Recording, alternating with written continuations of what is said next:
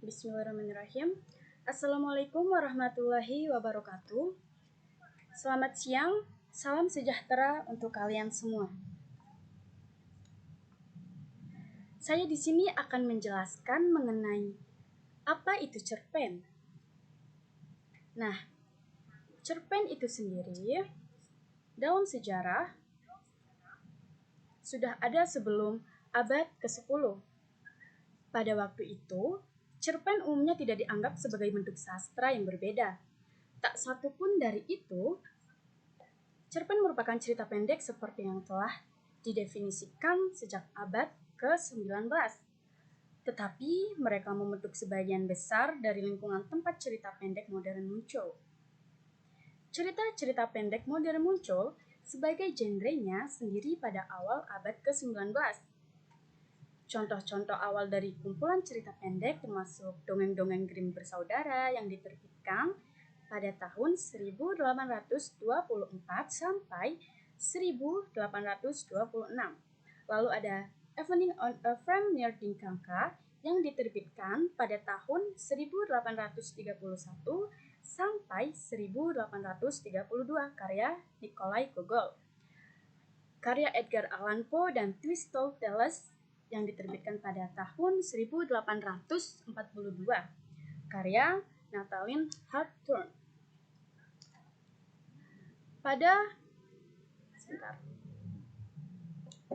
Pada akhir abad ke-19, pertumbuhan majalah dan jurnal melahirkan permintaan pasar yang kuat akan fiksi pendek antara 3.000 hingga 15.000 kata panjangnya. Di antara cerita-cerita pendek terkenal yang muncul pada periode ini adalah Kamar Nomor 6 karya Anton Chekhov. Pada paruhan pertama abad ke-20, sejumlah majalah terkemuka seperti The Atlantic Monthly, Scribners, dan The Saturday Evening Post semuanya menekankan cerita pendek dalam setiap terbitannya. Lalu selanjutnya ada pengertian cerpen. Nah, seperti yang kita ketahui, cerpen merupakan suatu karya sastra dalam bentuk tulisan yang masih mengisahkan tentang sebuah cerita fiksi, lalu dikemas secara pendek, jelas, dan ringkas.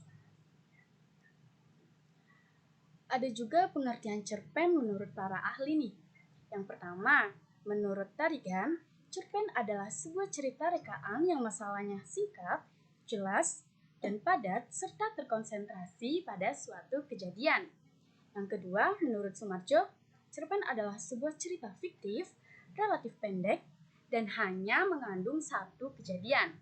Dan yang terakhir, menurut Nugroho Noto Sutanto, cerpen adalah sebuah cerita yang panjangnya berkisar 5.000 kata atau perkiraan 17 halaman kuarto spasi rangkap dan terpusat pada dirinya sendiri.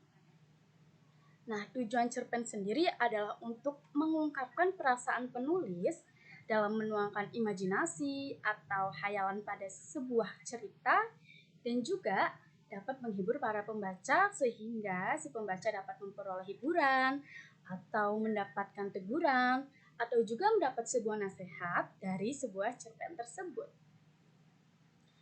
Lah, fungsi cerpen dibagi menjadi 5, yaitu yang pertama, fungsi reaktif untuk menghibur pembaca. Yang kedua, fungsi estetis untuk menggambarkan keindahan pada pembaca. Yang ketiga, fungsi didaktif, yaitu untuk mendidik pembaca. Yang keempat, fungsi moralitas, yaitu untuk menyampaikan nilai moral pada pembaca. Dan yang terakhir, fungsi religiusitas, yaitu untuk menyampaikan ajaran religi pada pembaca. Dalam cerpen juga mengandung unsur intrinsik. Nah, yang pertama adalah tema. Tema merupakan gagasan utama dari sebuah cerpen. Tema menjalin struktur cerita atau persoalan peristiwa yang dibawakan pada suatu cerpen. Yang kedua ada tokoh dan penokohan. Tokoh adalah pemain yang menjadi karakter dengan pembawaan pesan dan amanat, sedangkan penokohan adalah cara tulis untuk membedakan jenis karakter yang ingin dibangun. Yang ketiga ada sudut pandang. Nah, sudut pandang ialah perspektif yang ingin dibagikan dalam cerita. Yang keempat ada latar atau setting.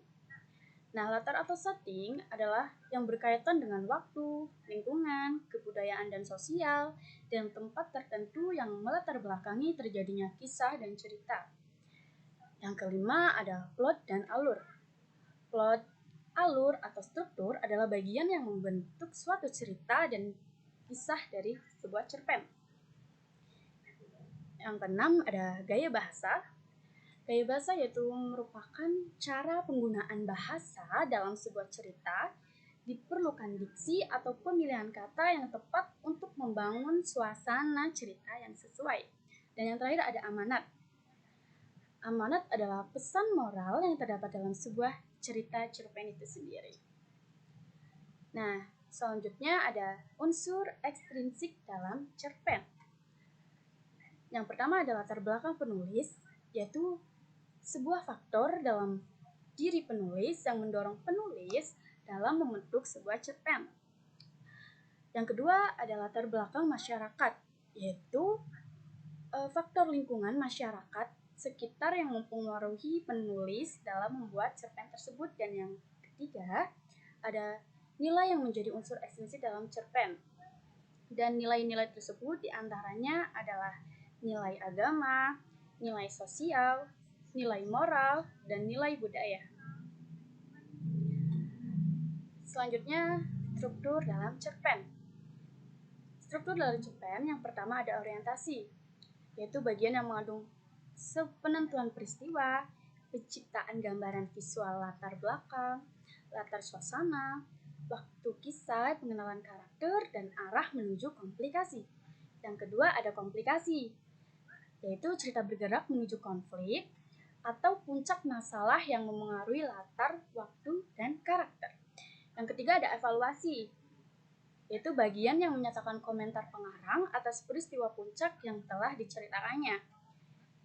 Yang keempat ada resolusi, yang berisi solusi masalah, yakni bagaimana pengarang mengakhiri sebuah cerita. Dan terakhir ada koda, yaitu merupakan kata-kata penutup oleh pengarang setelah cerita yang disampaikannya tuntas. Jenis-jenis cerpen juga dibagi menjadi 3. Ada cerpen pendek yang panjangnya berkisar antara 500 sampai 700 kata. Yang kedua ada cerpen sedang yang panjangnya hanya berkisar antara 750 sampai 1000 kata. Dan terakhir ada cerpen panjang yang panjangnya hanya berkisar 1000 sampai ribuan kata. Nah, di sini juga ada contoh cerpen. Salah satunya yaitu Kado Istimewa karya Jujur Prananto, dan kedua ada Kemarau karya Andrea Hirata. Nah, cerpennya bisa dilihat di sini ya. Oke, mungkin sekian dari saya.